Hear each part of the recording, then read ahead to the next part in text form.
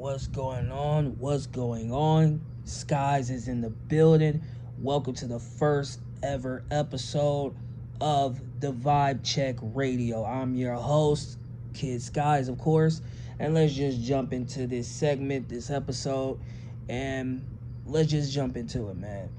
Gamescom 2025 madness. We gonna kick it off with Call of Duty Black Ops 7, Legos Batman Legacy, Silent Hill F, Resident Evil Requiem, and a whole bunch of indie games, right? So we're gonna start off with this segment right here. And this is just me being honest, because it seems like big publishers are reusing and recycling old formulas, right? It's the same thing. It seems like the gaming industry and others who are pouring money into the gaming industry don't know what they're really doing, man. If you really sit back and you really think about it, it's like you're getting the same copy and paste game over and over and over again. I mean, some people may like this style, Call of Duty being the same as it always been for decades. If you ask anybody who loves Call of Duty, they'll tell you their favorite Call of Duty is Black Ops 3. Not Black Ops 3, excuse me. Black Ops 2 or Black Ops. You got people who'll throw in Modern Warfare 3 just to name a couple, you know what I'm saying? The Lego Batman series, I mean, I haven't played it, so I really can't really speak too much on it. But from looking at the advertisement and the little gameplays that they do show, it seems like it's just the same copy and reused formula. Silent Hill was a series that pretty much was forgotten about, you know what I'm saying? And it was kind of the stepbrother of Resident Evil in a way, you know what I'm saying? They brought it back with the remaster of this game, and some people were complaining that they got rid of some things that were in the classic Silent Hill, but hey, what do you expect? I mean, it's all about making money and profit these days, Resident Evil Requiem, I mean, my personal opinion, which people already know, is that Resident Evil fell off, in my opinion. It fell off after 5. That's my honest opinion. Resident Evil 4, which people will sit there and argue and say, well, Resident Evil 4 was the death of the Resident Evil series. Resident Evil 4, Resident Evil 4. But I like Resident Evil 4, you know what I'm saying? Leon finally got his little flowers, just like Claire got her flowers, you know what I'm saying? I'm a big Claire Redfield fan. I'm a big Leon Kennedy fan. That's just me. I love the classics, you feel me? You could throw in Chris and Barry, and you could throw in Jill, of course. And Wesker, he just played his role so great, you know what I'm saying? They messed up with his son, in Resident Evil 6, because I did try to give Resident Evil 6 a play and try to give it a try, but they really messed up on his son. His son has potential to be a villain, but hey. But Resident Evil 7, I mean, it was just trash when they went to that first-person bullcrap. Then Resident Evil 8, and then here we go with Resident Evil 9, basically Requiem. They said it's going to be a rebirth of the series. It needs a rebirth, you know what I'm saying? Because Resident Evil 8, the only reason why that got praised is because, what's her name? Lady Dimitris, I believe her name was. The big, tall, fucking 7 foot, 8 foot, 10 foot vampire lady with the big ass tits. You know what I'm saying? That's the only reason, because when they revealed that blew up. You know what I'm saying? You couldn't get people to shut up about it. You got the whores out here cosplaying as her and everything else. You know what I'm saying? So that character really blew up. You know what I'm saying? So that's the only reason why Resident Evil 8 even got the praise that it got. For real, for real. If you ask anybody about the story about her kids, or the whole story, the backstory, they couldn't tell you, because Lady Dimitris took over. That's all they know. So go ask somebody that. Indie developers are pushing creative. Every day, like I said, I'm not a big fan of indie games, but I will play indie games every here and there just to see what's going on with the indie industry. I even had indie developers reach out to me to play their games, try their games out, you know what I'm saying? And trust me, I think that if the indie developers keep going the way they're going, they're definitely going to be a power shift going forward. That's just my opinion on it. I think it's going to be a power shift that will push back and make AAA developers like Take-Two and EA and other developers to really step their game up and to be more creative like they were in the early 2000s, in the early 90s, in the late 90s, and so forth. So I believe that is something that we can really look forward to. You know what I'm saying? Also, AI invades gaming industry. It's kind of sad, but the statistics are showing that 87% of devs are trying to use AI agents. You know what I'm saying? Basically trying to get rid of the voice actors, pretty much. And let's just be honest, man. The thing is this. Is AI making games soulless or unlocking new art? The thing is this. AI is very dangerous in a way because AI is pretty much taking over. You can pretty much clone anybody's voice and make them say whatever you want. You know what I'm saying? And the fact that it sounds so real and is getting better day after day after day after day after day is pretty scary in my opinion. I ain't gonna lie to y'all, man.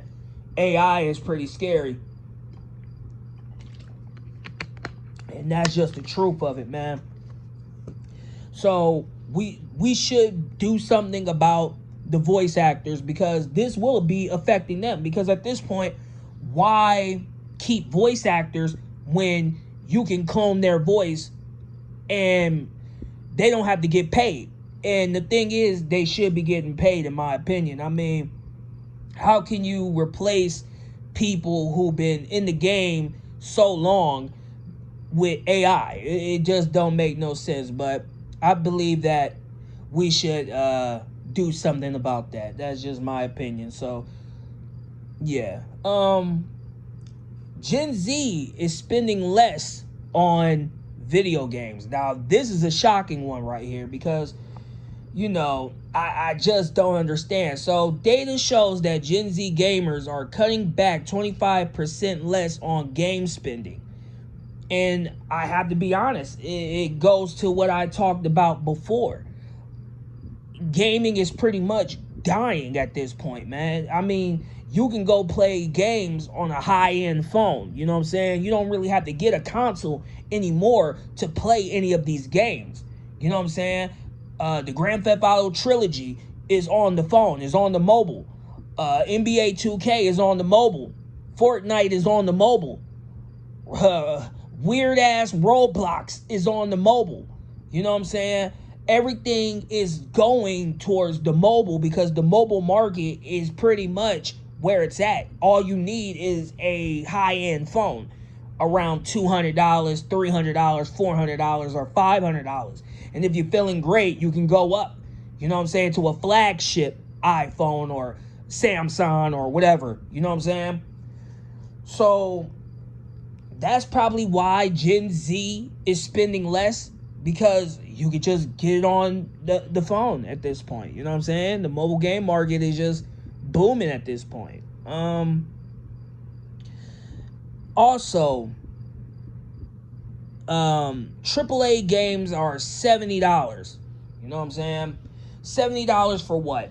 The same rehash games that you've been playing for who knows how long. It just seems like I said earlier in this podcast, that it doesn't get any better, man. It seems like it's just going to be the same thing over and over and over again, man, with no type of creativity.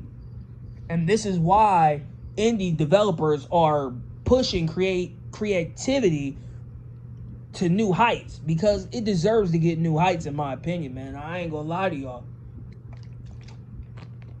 That's why the shift, it feels real. But like I said earlier, if you can get on a high-end phone, what's the point? You know what I'm saying? The latest Resident Evil is on the phone. So again, the mobile game market is pretty much dominating everything. So the rise of AAA games. Now, let's be honest, man. I mean, we can compare games like Clair Obscur, Expedition 33 with bloated 200 million blockbuster sales. But I really don't believe people are buying that. I mean, it sounds good on paper, but I doubt 2 million people actually bought this game. But, I mean, hey, I don't see nobody on my friends list playing this. So, that's the question. Could this be gaming's indie film? Could it be? Could this be basically the revolution? That's really debatable, man. And I want y'all opinion on this, man. I think that the people that made this Clair game are an indie company, I believe. I don't know, because I just don't keep up with it. But if they are an indie developer and they're putting out games like that and pushing the bar and scaling the bar and setting the bar, then, I mean, hey, we have to find out. We have to spin the block on that one. I really believe that game might be Game of the Year. Who knows? It might be Death Stranding 2. We don't know. I mean, hey, who still watch these rigged gaming awards?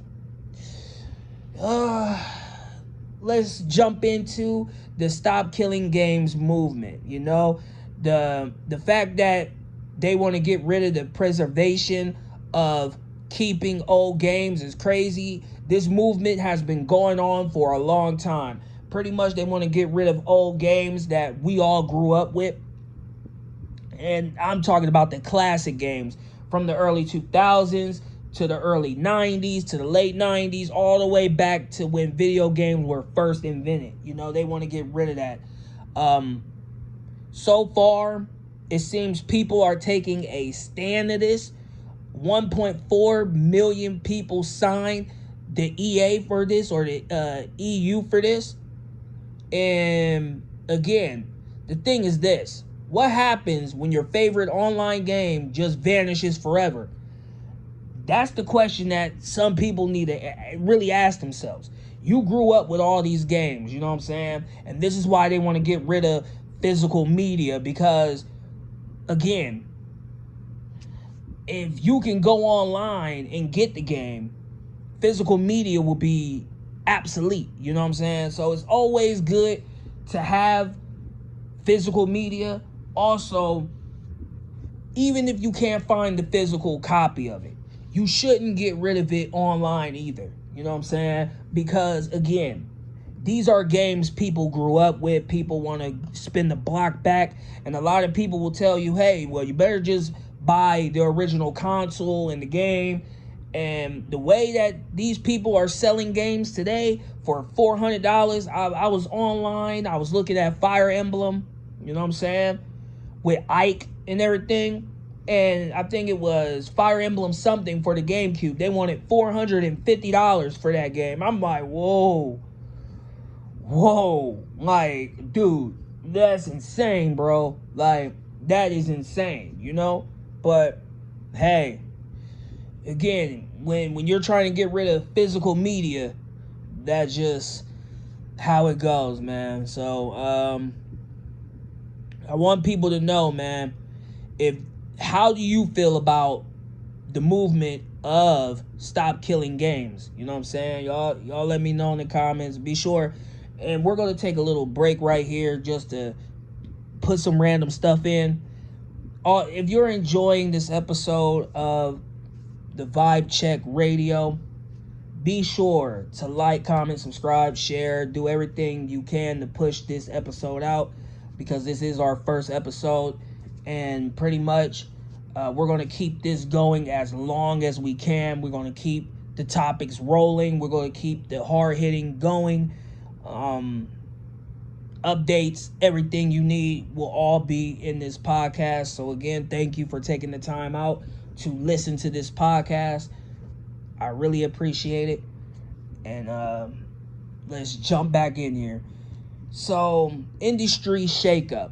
And this here is very alarming. So, 35,000 laid off since 2022 across Unity, Microsoft, and EA, right?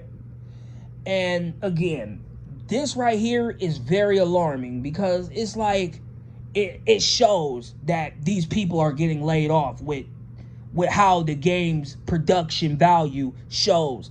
Madden hasn't been good in decades. The last good Madden game, in my honest opinion, was Madden 12. But if you have to say forget Madden 12, then I'll say Madden 08. You know what I'm saying? With Vince Carter on the not Vince Carter, Vince Young on the on the cover. I'm getting tongue tied and everything else, man. I've been grinding so hard, but let's keep it pushing. The production shows, you know what I'm saying? The quality shows. Laying off that many people, that's insane. You know what I'm saying? Microsoft shutting down studios. They've been shutting down studios for the longest. We were supposed to get a whole bunch of games. Like, there was this one game everybody was so hyped over. I forgot the name of it, but it just shows that once they shut down that studio, it was crazy. They had another studio that they shut down. And what was that game? It was a fun-ass game. It was like a rhythm game. I think it was High Rush. Yeah, that's the name of it. High Rush. Pretty much, that game was on fire. You know what I'm saying? It was supposed to be an Xbox exclusive, right? A Microsoft exclusive, And then I think a couple months later or a year later, they put it over to the PlayStation, so it was no longer a exclusive to the Xbox brand. And a lot of people got mad and upset, just like Gears of War is heading over to the PlayStation brand. And that's very wild. I thought we would never see the day of Gears of War coming to PlayStation. That right there shows you that, yeah, we're in different times now. And that's just crazy to me. But 35,000 people got laid off. It just, I don't know, man. That's a lot of bodies that basically got laid off here, man. We're going to end it with this. Is the industry in crisis or just leveling up?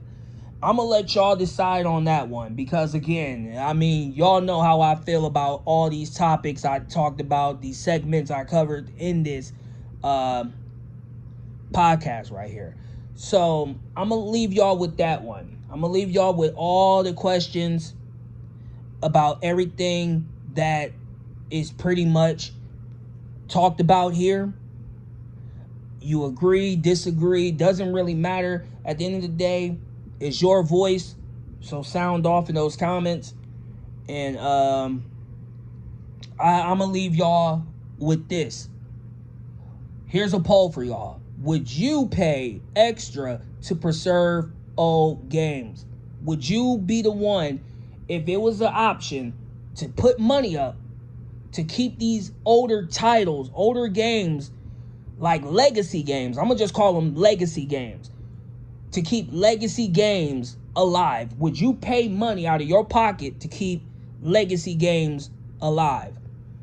Y'all let me know, man. Y'all let me know. Also, tell us the most games you missed the most. Let all of us know. Soon we'll be taking phone calls from viewers and everything like that, so we could get y'all more interactive with the podcast over here. And again, this right here is just something that we definitely need to talk about, man. I ain't even gonna lie to y'all. This right here is just crazy, but I appreciate everybody for checking out the first episode of the Vibe Check Radio. Again, we're going to be dropping these episodes whenever, you know what I'm saying? But this is just the first episode of this, and we're going to keep the momentum going. Be sure to like, comment, subscribe, share. And that's about it, man. I mean, there's nothing more that I have left to talk about. And yeah, that's it. I hope everybody is doing good. Stay blessed, stay safe. And until the next one, I'll catch y'all on the next one, man. I'm out.